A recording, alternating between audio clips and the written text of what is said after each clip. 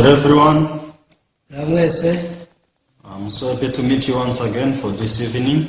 nejejwe no gurana mu mugoroba nanone. I could see how God is blessing our hearts through this time of listening His word. Naje kubona ko Imana ikomeza kuduha umugisha binyuze muri akanya kumva ijambo. So we can meet trouble and difficulties in our lives.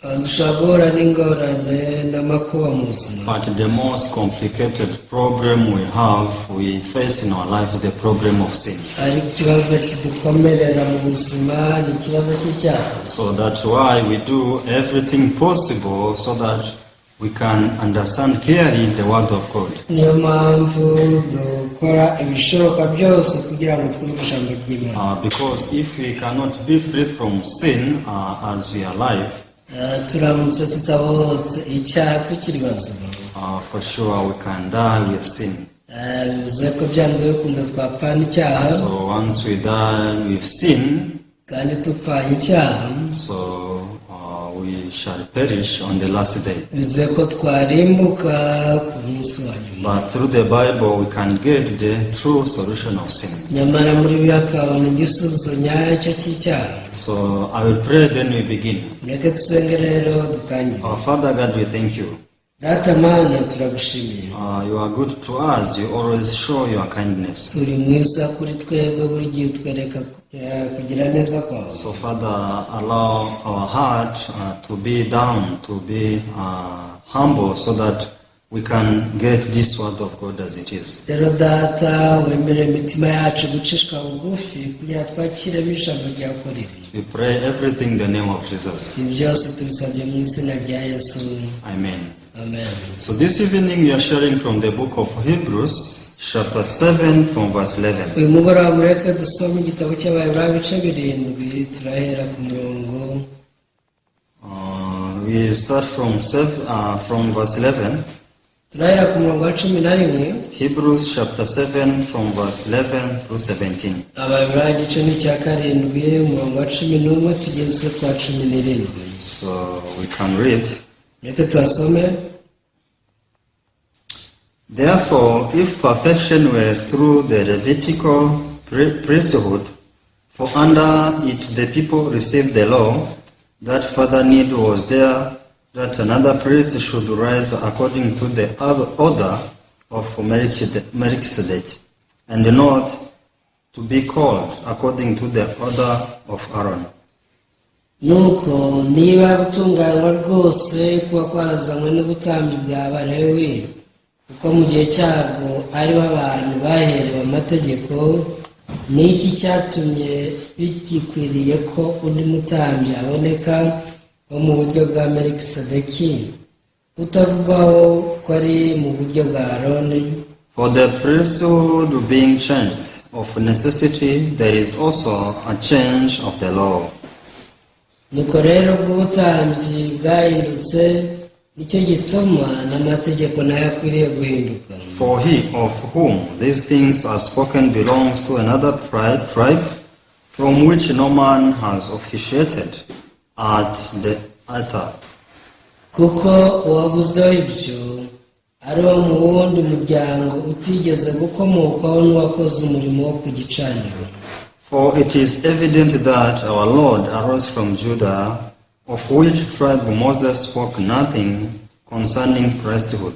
Kandi biragaragara rwose yuko umwami wacu yakomotse kuri Yuda, ari ntacyo Mose yavuze kuri uwo muryango kerekeye ubutambyi. And it is yet far more evident if, in the likeness of Melchizedek, there arises another priest. Ndetse birushaho kugaragara ubwo habonetse undi mutambyi uhwanye na Melkisedeki, who has come not according to the law of a fleshly commandment, but according to the power of an endless life.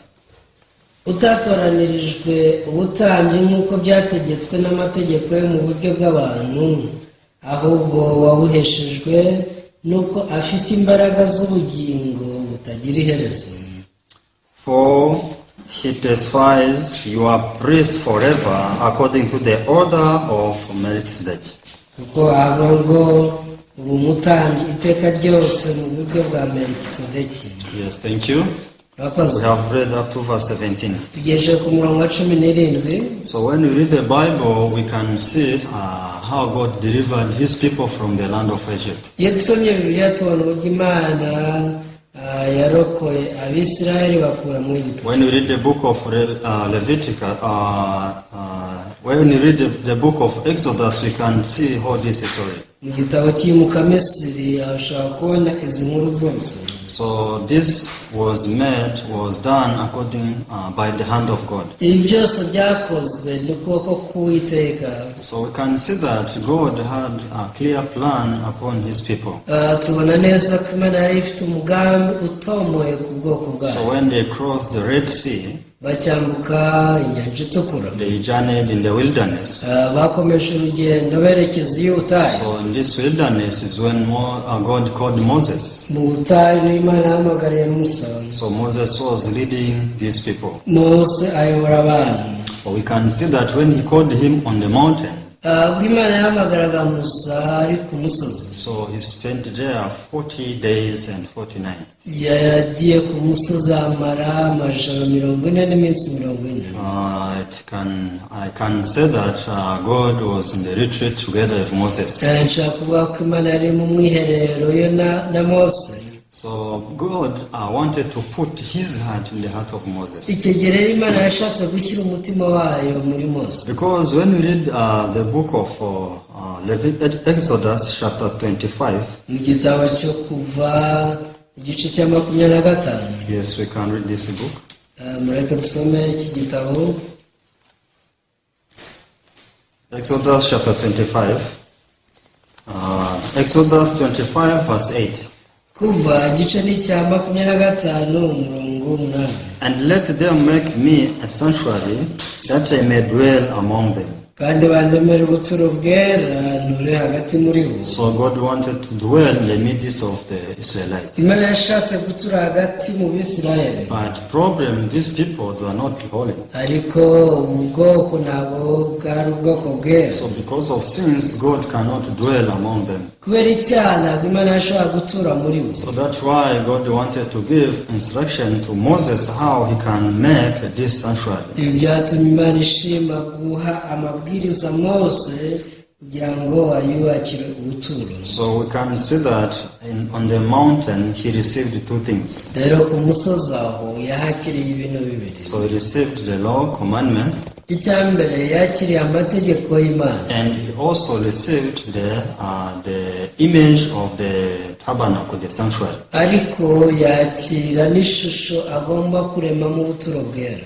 So we can see that these commandments have to work together with this sanctuary. Rero tubasha kubona ko aya mategeko yagomba kugendera hamwe n'ubuturo bwera. So and we can see that the reason why God gave Moses these two things. Nyamara icyatumye Imana iha Mose ibintu byombi. So actually the sanctuary was not needed if people could keep the law. Iyo abantu bakabashije kubahiriza amategeko ntabwo ubuturo bwera bwari gukenera. But since God knew 100% that people will not keep the law 100%, ariko ko Imana yamenye ko abantu badashaka kuyubahiriza 100%, God also reserved this tabernacle. Imana yateganyije ubuturo bwera. So that through the tabernacle people can wash their sins. Imana yashatse ko binyuze mu buturo bwera ibyaha by'abantu byozwa. And through tabernacle God can meet his people. Kandi aho niho yashobora guhurira n'abantu. So we can see that Moses came down and he did according to the heart of God. Tubona ko Mose yaje avuye ku musozi akora ibyo Imana yamubwiye byose. So after building this sanctuary, amaze kubaka ubuturo bwera, so that is when people they started to come in this building so that they can meet God. abantu batangiye kuza guhura n'Imana. So because the blood was supposed to be shed for their sins to be removed. Icyo gihe amaraso yagombaga kumeneka kugira ngo ibyaha byabo bikorweho. So it is not that God was everywhere. Ntabwo bivuze ko Imana yari iri ahantu So hose. God was to be found here in the sanctuary. ahubwo aho Imana bayisangaga hari mu buturo bwera. So we can see that this tabernacle was divided into two parts. Tubona ko ubuturo bwera bwari bugabanyijemo ibice bibiri. The most precious part, the most important part was the most holy place. ariko ahantu h'ingenzi cyane hari ahera cyane, Because this was the dwelling of the Lord. aho niho Imana yari ituye. So we can see the holy place and the most holy place. Rero tubona hari igice cy'ahera n'igice cy'ahera cyane. So the holy place, this is the place where the priests had to come day by day. Ahera rero abatambyi bajyaga bahagera buri munsi. So because they have some works they have to do from this place. Hari imirimo bagombaga kuhakorera. But the most holy place is not that they had to go there anyhow. Ariko ahera cyane ntabwo ari ahantu bagombaga kwisukira uko biboneye. Only Aaron, the priest, he had to go there once a year. Umutambyi mukuru ari we Aroni wenyine niwe wahageraga, ariko nabwo akahajya rimwe mu mwaka. Even for him to go there once for a year, he had to kill the oxen, the calf, and shedding blood for his own sins. Gusa kugira ngo nawe yinjiremo yagombaga kwica ikimasa kugira ngo kimene amaraso abanze yiyeze. So he was a person who could not trust himself. Yari umuntu udashobora kwizera. He could not judge himself based on his standard. Ntabwo yiciraga urubanza agendeye ku ishingiro rye. So he had to do everything according to the word of God. Ahubwo ibintu byose yagombaga kubikora nk'uko Imana ishaka. Because God had commanded that before going there you have to shed blood for your sins. Imana yari yabategetse ngo mbere yuko winjira hari ibyo ubanza umena amaraso. So even if you may not commit sin today, if you have to go there today, you have to shed blood according to the word of Nubwo God. uyu munsi rwose nta cyaha waba wakoze, mbere yuko winjira ahera cyane bagomba kubanza kumena amaraso. So because it was obvious that if once he may go there without shedding blood for his sins, he had to die. Byari bizwi neza ko aramutse yinjiyemo atamenye amaraso yoza ibyaha bye yagombaga gupfa nta kabuza. So it means only the holy person had to go here in this most holy place. Icyo bivuze ni uko umuntu wera utunganye ariwe washoboraga kwinjira ahera cyane. So not everyone. Ntabwo ari umuntu wese. Even him, he couldn't go there every day. Nawe ubwe ntiyashobora kuyisukira buri munsi. So when we read this book of Exodus chapter 25, Exodus chapter 25 verse 22. Mumbabarire ni umurongo wa 22. And there I will meet with you, and I will speak with you from above the mercy seat, from between the two cherubim, which are on the ark of the testimony, about everything which I will give you in commandment to the children of Israel. Aho niho nzajya mbonanira nawe hejuru y'intebe y'ihongerero hagati y'abo bakerubi bari ku isanduku y'ibihamya, niho nzajya mubwirira amategeko yanjye yose ntegeka Abisirayeli. Yes, we can see that in the most holy place is where this Ark of the Covenant was found. Witegereje rero ubona ko ahera cyane niho hari isanduku y'ibihamya. So the cover of this Ark of the Covenant, Igitwikirizo cy'isanduku y'ibihamya, this was the mercy seat. nicyo cyiswe intebe y'ihongerero cyangwa y'imbabazi. This was the mercy seat where we could find the cherubim having the wings. Aho ngaho hari abakerubi batanze amababa. So this is where God was. Aha rero niho Imana yabagiriye. So the priest had to meet God from this place. Umutambyi yahuriraga n'Imana kuri iyi ntebe. So why the priest had to go there once for a year? Ese kuki yajyagayo rimwe mu mwaka? Because he had to present all the children of Israel. Yagomba guhagararira Abisirayeli bose. So once he could stand before God in this place, it means everyone in Israel is standing before God. Rero iyo yahagararaga imbere y'Imana bivuze ngo Abisirayeli bose babaga bahahagaze. So even he had to go there with blood.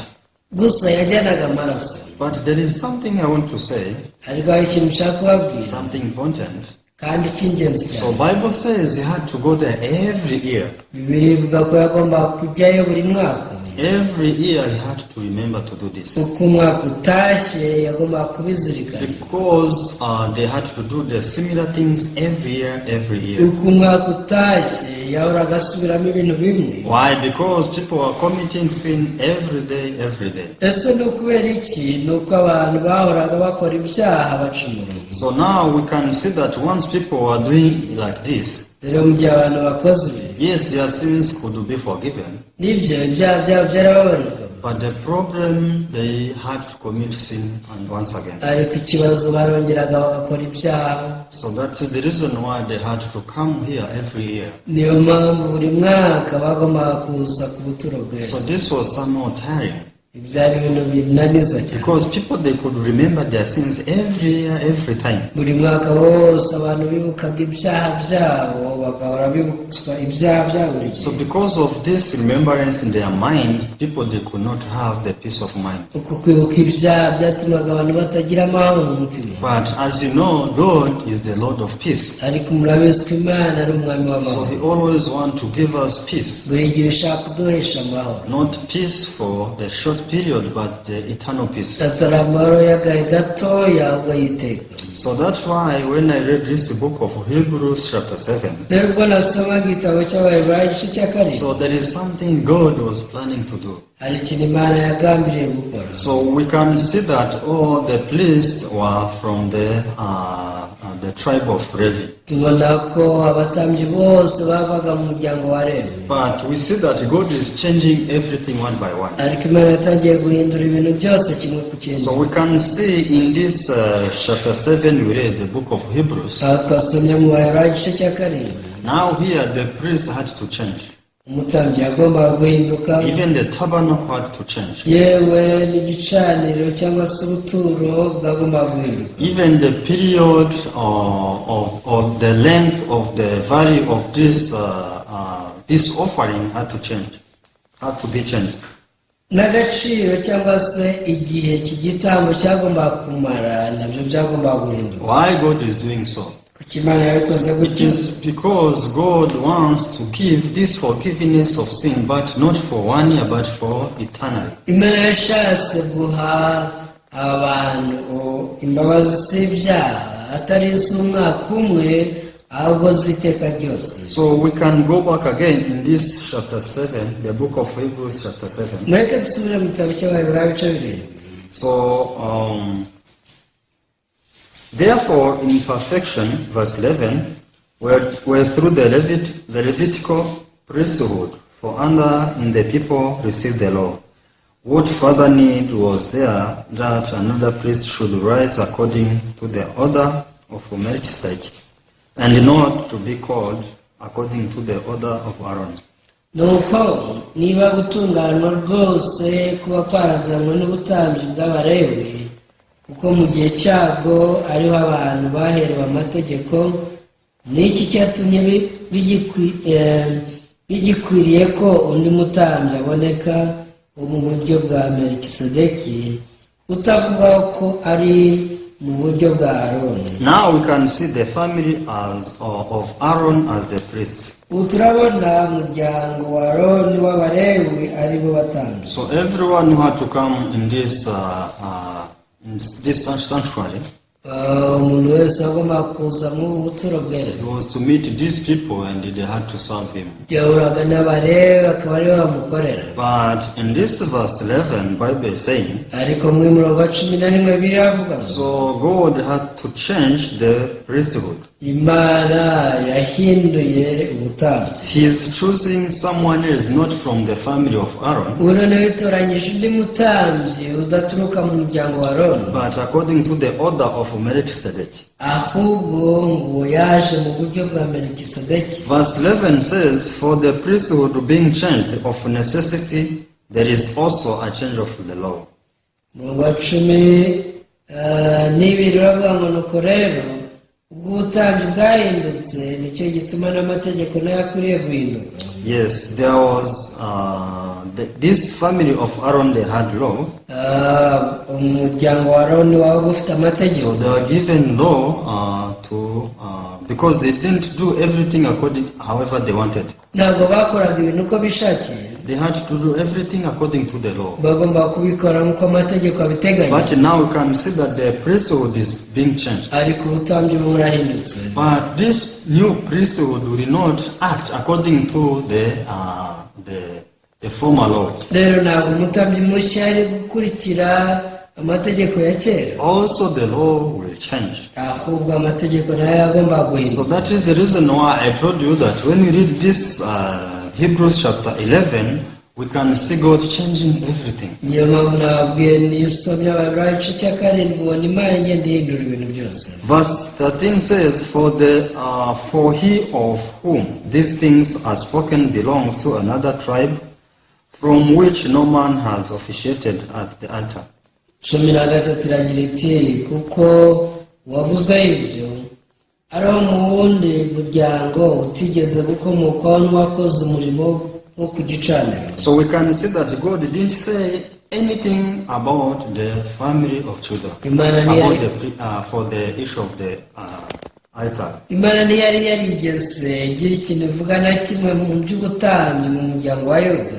For verse 14 says, For it is evident that our Lord arose from Judah, of which tribe Moses spoke nothing concerning priesthood. Niyo mpamvu umurongo wa 10 uvuga ngo kandi biragaragara rwose yuko umwami wacu yakomotse kuri Yuda, ari ntacyo Mose yavuze kuri uwo muryango cyerekeye ubutambyi. And it is yet far more evident if, in the likeness of Melchizedek, there arise another priest.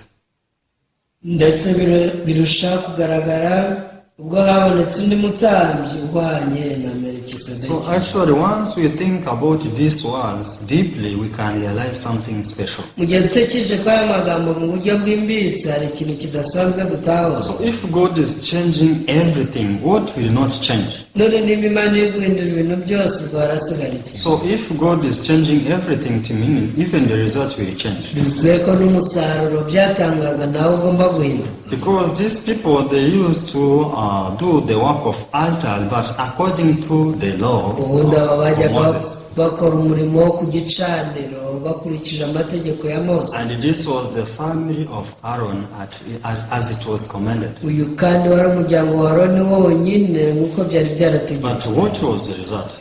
Hasi umusaruro bakuyemo n'ubuhe? It's only remembering their sins continually. Bakomezaga kwibuka ibyaha iteka. Every year they had to remember to come here. Buri mwaka bagomba kuzirikana kuza gutambirira ibyaha. So we can see that though they had to give offering for their sins, nubwo bagomba gutanga igitambo cy'ibyaha. So yes, for the moment their sins were forgotten. Nibyo koko mu gihe runaka ibyaha byabo byaribagiranaga. But after some time their hearts had to be heavy once again. Ariko hashira akanya gato imitima yabo ikongera ikaremererwa. So it means this work couldn't take away the sins of people continue 100%. Bivuze ko umurimo wabo utashobora gukuraho ibyaha byose ngo biveho burundu 100%. So it means this was the work of man. Rero uyu wari umurimo w'abantu. Because the work of man is not eternal. Umurimo w'umuntu ntabwo uramba. But what God is trying to give us. Ariko icyo Imana ishaka kuduha. So if you think deeply about this words we are reading. Utekereje mu buryo bwimbitse amagambo turi gusoma. So we can see that God is giving us the result which is so much special. Imana irashaka kuduha umusaruro mu by'ukuri udasanzwe. Where people will not remember their sins continually. Abantu batazongera kwibuka ibyaha byabo ukundi. So where people will not be stressed because of their sins. Abantu batazongera kubana n'umushagararo mu mutwe kubera ibyaha byabo. So when we read verse 16, Bible says, Who has come not according to the law of a fleshly commandment, but according to the power of endless life.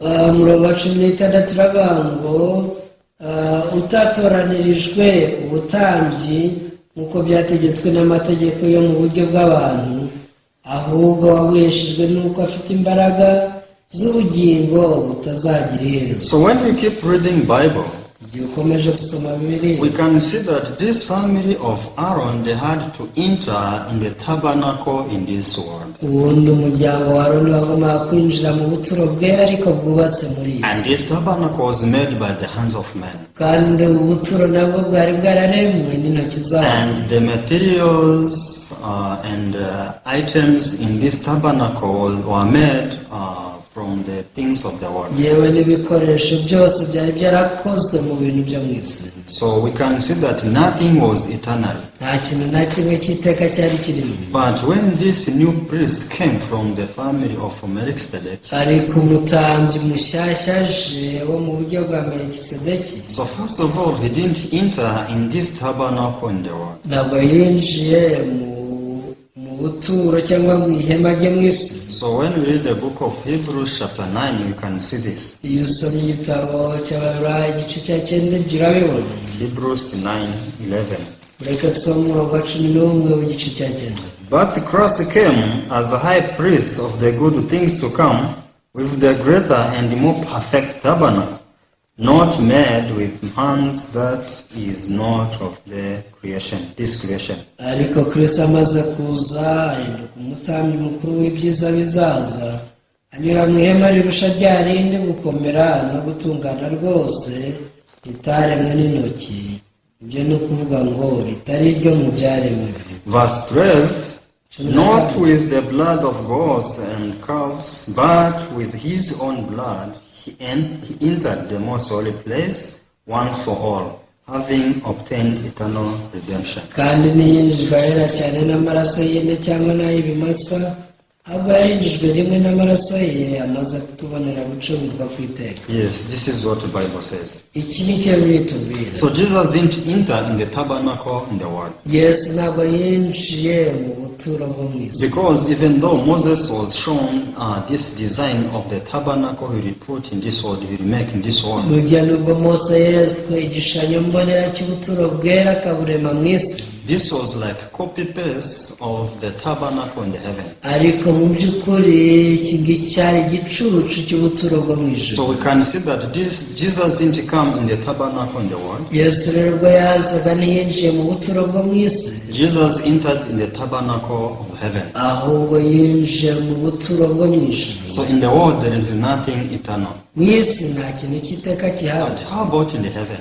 hasi mu ijuru bimeze In the gutya. heaven there is only eternity. mu ijuru habaho ibintu by'iteka gusa. So we can see that Jesus entered in the tabernacle of heaven with our sins. tubasha kubona ko yesu yinjiye mu buturo bwo mu ijuru n'ibyaha byacu. So he didn't go with the blood of cows. ntabwo yitwaje amaraso y'inka, According to the Bible, he went there with his own blood. ahubwo ugendeye kuri bibiliya ngo yahinjijwe n'amaraso ye bwite. Who is Jesus? ese yesu ni muntu ki? Jesus can live eternally. yesu abaho iteka n'uwiteka, So his blood is eternal. amaraso ye nayo ni ay'iteka. So the value of his blood, it has no end. agaciro k'amaraso ya yesu nta herezo kagira. So now we can see that he went in the tabernacle of heaven yinjiye mu buturo bwera nyirizina mu ijuru, and he did this work of giving offering by himself. akora umurimo w'ubutambyi aba ariwe witamba. And the offering was him himself. ni ubwe witambye, And he was doing this in heaven. kandi akora n'uwo murimo w'ubutambyi awukoreye mu ijuru. So we can see that everything in heaven is eternal. bivuze ngo ibyo mu ijuru byose ni iby'iteka. So this is the reason why after his perfect work, Bible says that we are holy eternally. iyi niyo mpamvu amaze gukora uyu murimo utunganye, biba yaravuze ngo natwe dutunganye iteka. So this is the reason why Bible says that your sins were washed eternally. niyo mpamvu bivuga ngo ibyaha byanyu byarogejwe by'iteka ryose. So your sins were forgiven eternally. ibyaha byanyu byababariwe by'iteka ryose. Not for 1 year, ntabwo ari umwaka umwe not gusa, for 10 years, nta nubwo ari imyaka 10 not yonyine, for 500 years. nta nubwo ari imyaka 500. Eternally your sins were forgiven, were washed. wababariwe ibyaha byawe byose by'iteka ryose, byose byarogejwe. So now Jesus has put you in eternity of the Lord. ubu yesu yagushyize mu buziraherezo bw'Imana. But how are we going to judge ourselves? Ariko se aho zicira urubanza gute? The most problem people have in this world in Christianity Ikibazo gikomeye ubukristo cyangwa se abakristo bo muri iyi si bafite, people, they don't want to see themselves based on the word of God. ntabwo bashaka kwirebera mu ijambo ry'Imana, They want to see themselves according to their eyes. bashaka kwirebera mu maso yabo But gusa. this physical eyes deceives us. Ariko aya maso y'umubiri aradushuka cyane. So Bible wants to give us the new eyes. God wants to give us the new eyes from the Bible. Imana ishaka kuduha amaso mashyashya binyuze muri Bibiliya. Now we can compare the priesthood of Aaron, the priesthood of Jesus. ubu dushobora kugereranya ubutambyi bwa Aroni n'ubwa Yesu. So the priesthood of Aaron could not take away our sins 100%. Ubutambyi bwa Aroni nibwo ashobora kudukuraho ibyaha by'iteka ryose, But the priesthood of Jesus, ariko ubutambyi bwa Yesu it came to do the work the priesthood of Aaron could not do. bwaje kugira ngo busohoze umurimo ubutambyi bwa Aroni butabashaga, To remove our sins eternally. gukuraho ibyaha byacu burundu by'iteka ryose. So it was like a loss if Jesus could have come to enter in the tabernacle in this world. cyari kuba ari igihombo iyo Yesu aba yaraje nawe kwinjira mu buturo bwo mu So isi. it would be a loss if Jesus could go in the tabernacle of this world together with the blood of the calves. twari kuba duhombye iyo Yesu aza nawe akinjirana amaraso y'ihene cyangwa se y'ibimasa akayinjiza mu buturo bwo mu isi. But he didn't do so because he knew that this will be same as the priesthood of Aaron. gusa ibi si byo yakoze, ko yari azi ko na Aroni ari byo yakoraga. So that's why in this book of Hebrews chapter 9 verse 11 as we read, niyo mpamvu aha twasomye mu Baheburayo 9 umurongo wa 11, for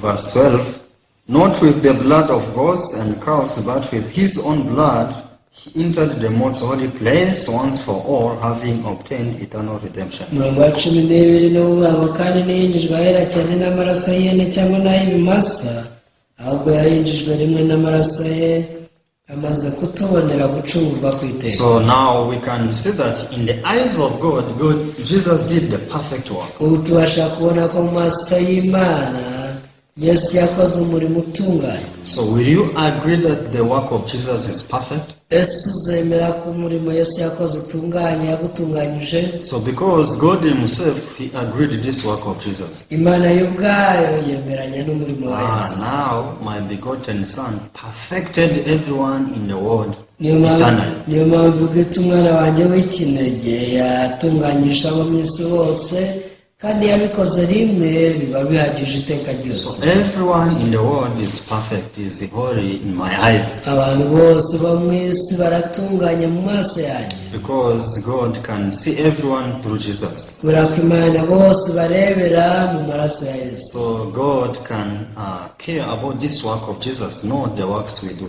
Imana yita ku murimo Yesu yakoze, ntabwo yita ku mirimo yacu. So because if God tries to judge everyone in the world based on his or her work, yaba Imana yaciraga urubanza abantu kubera ibyo bakora, so no one can survive. bose ntawarokoka, All of us, we can perish. twese twajya mu rutazima. So that's why God gave us his begotten son Jesus, nicyo cyatumye itanga umwana wawe w'ikinege, so that through this work, this priesthood of him, he can perfect everyone eternally. kugira ngo binyuze mu butambyi bwe atunganye abantu bose by'iteka. So that's why when we read this book of Hebrews chapter 10, verse 10, rero ibyo nibyo bituma mu gitabo cy'Abaheburayo igice cya 10 umurongo wa 10, Bible keeps on saying, Bibiliya ikomeza ivuga ngo by that will we have been sanctified through the offering of the body of Jesus Christ once for all. uko gushaka kw'Imana niko kwatumye twezwa, tubeshejwe no ku mubiri wa Yesu watanzwe rimwe gusa ngo bibe bihagije iteka. So through this offering of Jesus Christ, he gave once for all, uyu mubiri wa Yesu yatanze rimwe ngo bibe bihagije iteka, you are more than enough to be perfect. watumye rwose uhinduka intungane birenze ibikenewe. You are holy in the eyes of God.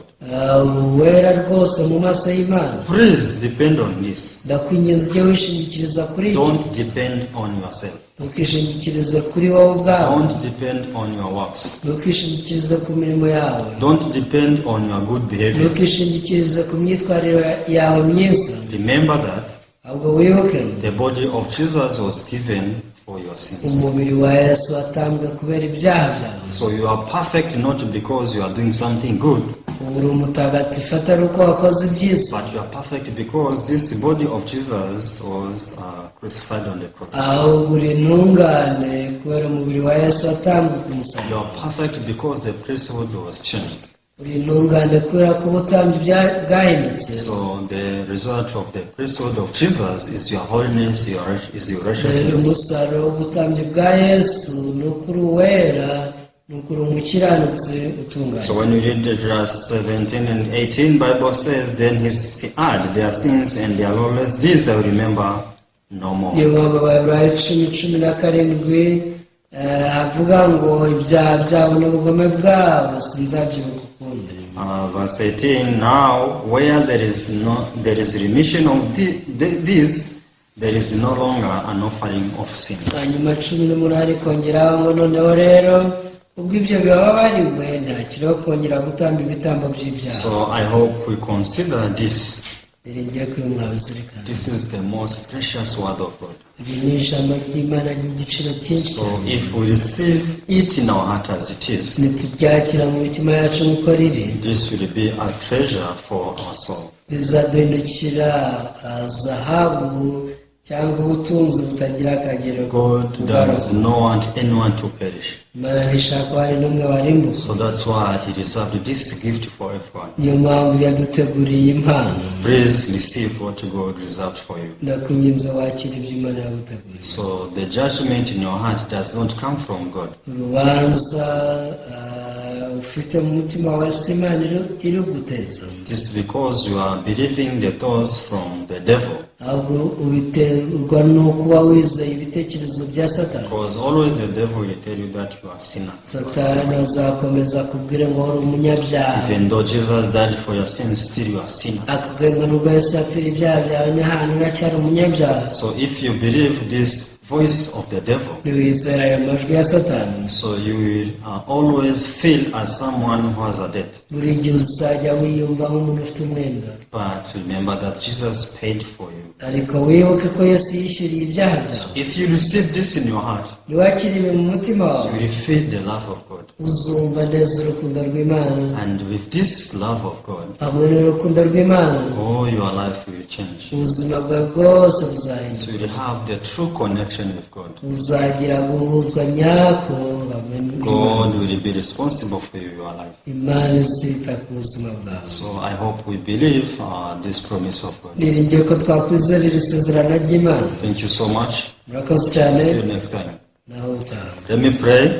nsenge. Father, we thank you. data turagushimiye.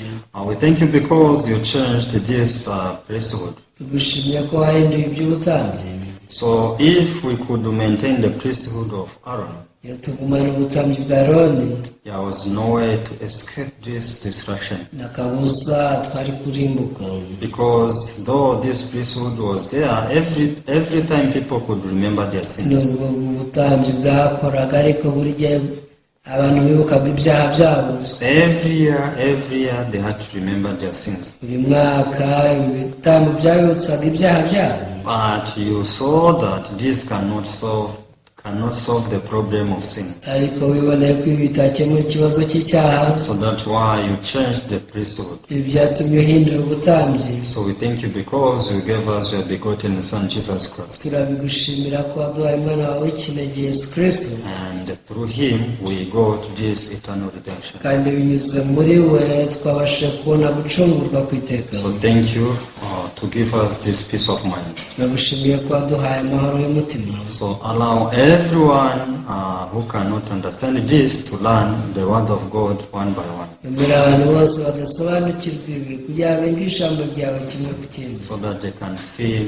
the love of God. kugira ngo babashe kwiyumvamo bumva urukundo rw'Imana. We pray everything in the name of Jesus. ibi byose tubisenze mu izina rya Yesu. Amen. amen. See you next time. naho utaha.